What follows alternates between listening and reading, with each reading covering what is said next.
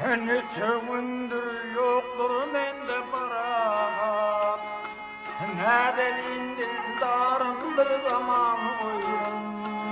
Bireyin koynunu alayım rahatı, canına bir canım bir zaman uygun. Hayırı bir gündür çölderim kayır men, senin uzun cemalına kayır beni.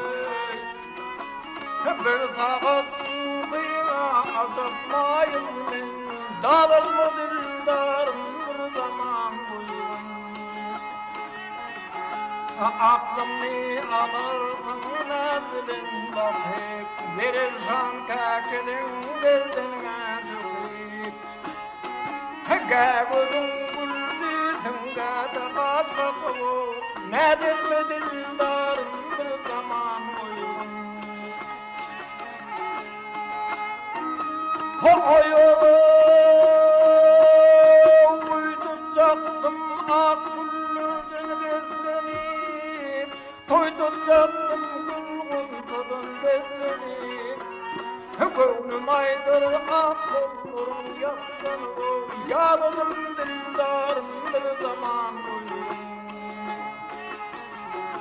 Çağladı bir indi yatır çağladı, üstümüzde asrıp düğen bakıdır.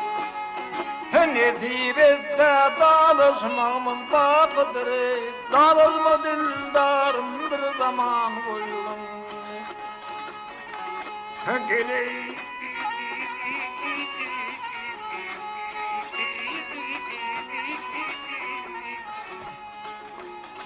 dalışma dildarım bir zaman uygunu, periden pekiden bir zaman uygunu.